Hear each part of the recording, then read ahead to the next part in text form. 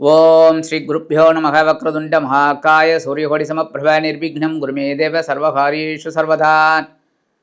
ஆன்மீகம் ப்ளஸ் நேயர்கள் அனைவருக்கும் ஜோதிட குருஜியின் இனிய வணக்கங்கள், வாழ்த்துக்கள், ஆசீர்வாதங்கள். பார்வதி பரமேஸ்வரர் துணையோடும் எம்பெருமான் முருகப்பெருமானின் அருளாசியோடும் நவக்கிரகங்களின் துணையோடும் குருவருளின் திருவருளோடும் இந்த பதிவினை நாங்கள் ஆரம்பிக்கின்றோம். இந்த அற்புதமான ஒரு காணொளி சூரிய பகவானின் பெயர்ச்சி.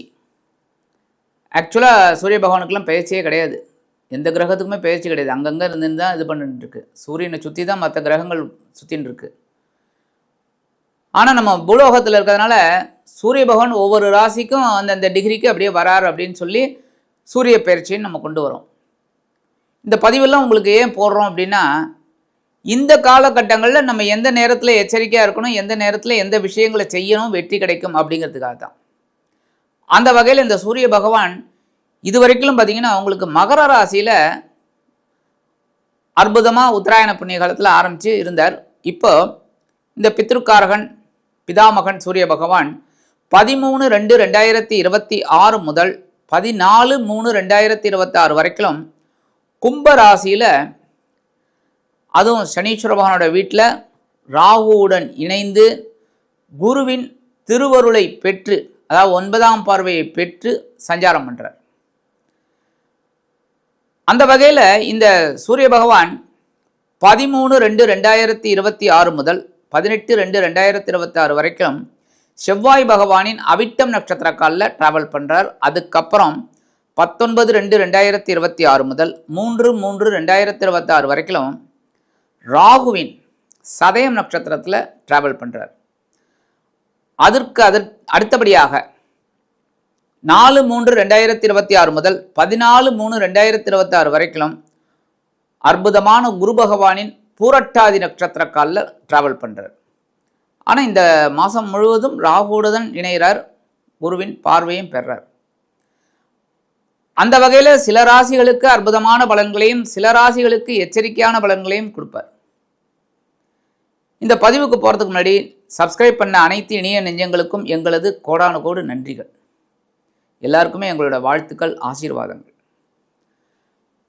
சப்ஸ்கிரைப் பண்ணிக்கலையா பண்ணிக்கங்க.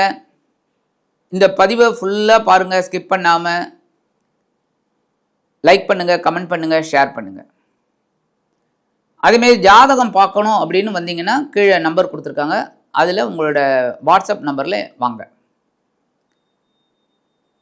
இந்த கும்பராசியில் இருக்கக்கூடிய சூரிய பகவான் ராகுவுடன் இணைகிறார் அப்படின்னோடனே எல்லாருமே பிரச்சனை அதிகம் அப்படின்னு சொல்லுவாங்க. சாதாரணமாக கண்டிப்பாக சூரியனுக்கும் ராகுக்கும் ஒத்தே வராது. ஆனால் நிறைய பேர் என்ன சொல்லுவாங்க அப்படின்னா, கண்டிப்பாக இது பிரச்சனைக்குரிய ஒரு இடம், அந்த இடத்துல இருக்கும்போது பிரச்சனைகள் தான் எல்லா ராசிகளுக்குமே. சில ராசிகளுக்கு நல்லது இருந்தால் கூட நிறையா ராசிகளுக்கு கெட்டது தான் அப்படின்னு. ஆனால் இதில் ஒரே ஒரு ட்விஸ்ட் என்னென்னா, இந்த குருவோட 9ஆம் பார்வை அங்கே விழுது. எப்போவுமே குருவுக்கு பார்த்திங்கன்னா 5, 7, 9, இதில் 7ங்கிறது ஸ்ட்ரைட்டு, 5, 9 ரொம்ப விசேஷம், ஏன்னா சைடு. அப்போ இந்த 9ஆம் பார்வை அப்படிங்கும்போது அற்புதமான பலன்கள் கண்டிப்பாக கிடைக்கும் நிறைய பேருக்கு. சில ராசிகள் கொஞ்சம் எச்சரிக்கையாக இருக்கணும். அந்த வகையில் இந்த கும்பராசியில் சஞ்சரிக்கும் சூரிய பகவான் ஒவ்வொரு ராசிக்கும் என்னென்ன பலாபலன்களை கொடுக்க போகிறார் அப்படிங்கிறத பற்றி நம்ம இப்போ பார்ப்போம். இப்போ இந்த பதிவுக்கு போகலாமா? அன்பான துலாம் ராசி நேயர்களே, இந்த அருமையான காணொலியில் நம்ம பார்க்க போகிறது சூரிய பகவானின் அற்புதமான ஒரு பெயர்ச்சி. இந்த சூரிய பகவான் உங்களுக்கு லாபாதிபதி. ஒரு அன்பர் கேட்டார், சார் எங்களுக்கு சூரியன் பாதகாதிபதி ஆச்சு எங்கள் அதாவது லக்னத்துக்கு. அவர் சொன்னதே சூப்பர். ஏன்னா சரலக்னம் பாதகாதிபதி கரெக்ட். லக்னத்துக்கு உங்கள் ராசிக்கு அப்படின்னு ஒவ்வொன்றா நீங்கள் பார்த்தீங்கன்னு வச்சுக்கோங்க, ரொம்ப கஷ்டம். ஆனால் இந்த சூரிய பகவான் உங்களுக்கு எப்போவுமே உங்கள் ராசியில் அவர் நீச்சம், உங்கள் ராசியில். ஆனால் அதே சமயம் அவர் சித்திரை மாதம் அங்கே இருந்தாருன்னா உச்சம். அப்போ உங்களுக்கு லாபாதிபதி உச்சமாக இருந்தார், நல்லது தானே. அப்போ பாதகாதிபதி உச்சமாறாரா? கிடையாது. லக்னம் துலா லக்னமாக அமையணும், துலா ராசி அமையணும். அப்போ தான் நீங்கள் சொல்கிற அந்த பாதகாதிபதி சாதகாதிபதி எல்லாருமே வருவாங்க.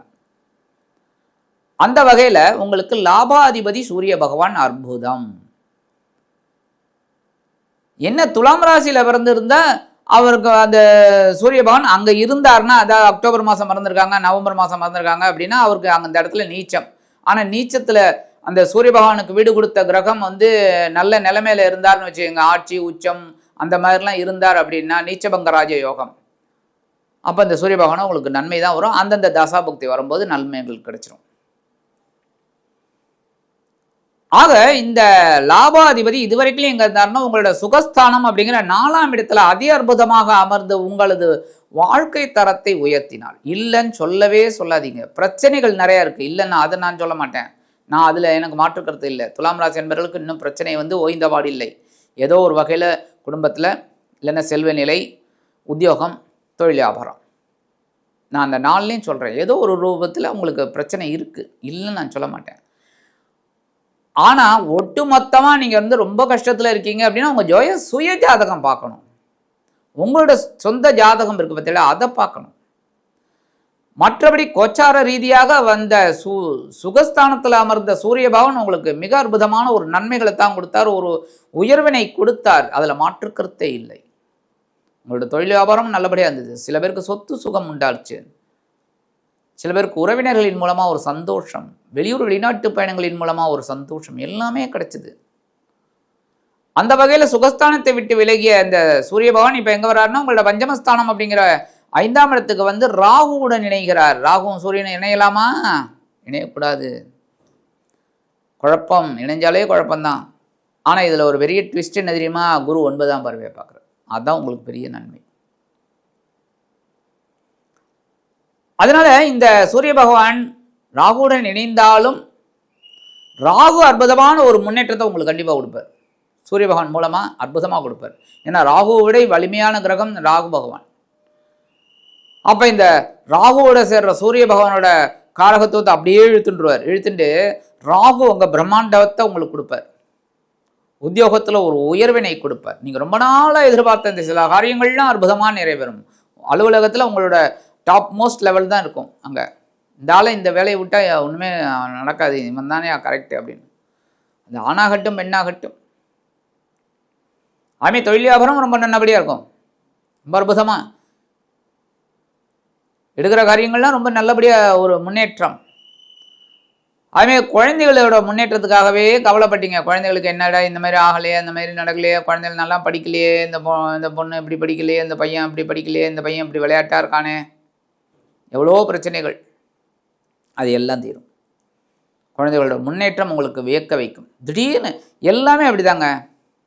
இப்போ ஒன்றும் இல்லை, ஒரு செடி வச்சுட்டு தண்ணி ஊற்றின்னு இருக்கீங்க டெய்லி.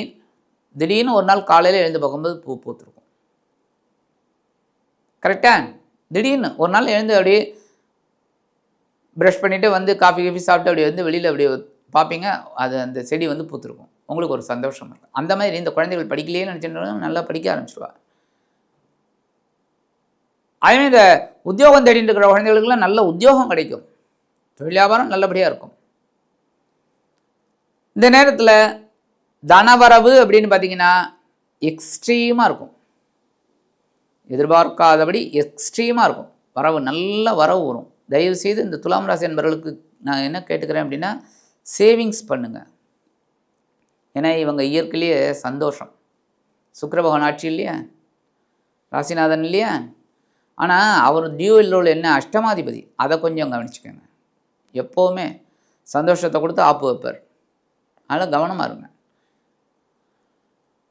அதே மாதிரி வாழ்க்கை துணை உங்களுக்கு ரொம்ப சப்போர்ட்டிவாக இருக்கிறது நல்லது, அது சந்தோஷமாக இருக்கும். அதேமாரி நண்பர்கள் சப்போர்ட்டிவாக இருக்கிறது சந்தோஷமாக இருக்கும். இந்த நேரத்தில் எதிர்பாராத சில விஷயங்கள் அற்புதமாக நடைபெறும். எப்போ அப்படின்னு பார்த்தீங்கன்னா 19 பிப்ரவரியிலேருந்து 28 பிப்ரவரிக்குள்ளே உங்களுக்கு எதிர்பாராத ஒரு திருப்பங்கள் உங்களுக்கு கண்டிப்பாக கிடைக்கும். ரொம்ப நாளாக நீங்கள் நினச்ச காரியம் ஒன்று சக்ஸஸ் ஆகும். நீண்ட நாட்களாக ரொம்ப நாளாக இது நடக்கலைன்னு நினச்சேன், நன்னா அற்புதமாக இந்த காலகட்டத்தில் சூப்பராக நடக்கும். ஆனாலும் துலாம் ராசி என்பவர்களுக்கு ஒன்று சொல்லிக்கிறேன், என்னென்னா இந்த காலகட்டத்தில் முக்கியமாக தொழில் வியாபாரத்தில் இருக்கிறவா இன்வெஸ்ட்மெண்ட் விஷயத்தில் கவனமாக இருங்க. ஏன்னா உங்களுக்கு எப்போவுமே அகலக்கால், பெருசாக பண்ணினா பெருசாக வரும். நேரம் காலம்னு ஒன்று இருக்குது. எல்லாரும் எல்லா காலத்துலையும் எல்லாம் தூக்கி விட்டுடுத்துனா அப்புறம் என்ன இருக்குது? எல்லாரும் இன்வெஸ்ட்மெண்ட் பண்ணி எல்லாரும் பெரிய ஆள் ஆகிடுவாங்க. எல்லாரும் பஸ்ஸில் ஏறி உட்காந்தாலும் பஸ்ஸை ஓட்டுறதுக்கு டிரைவர் ஏறி உட்காரணும்ல, கரெக்டாக?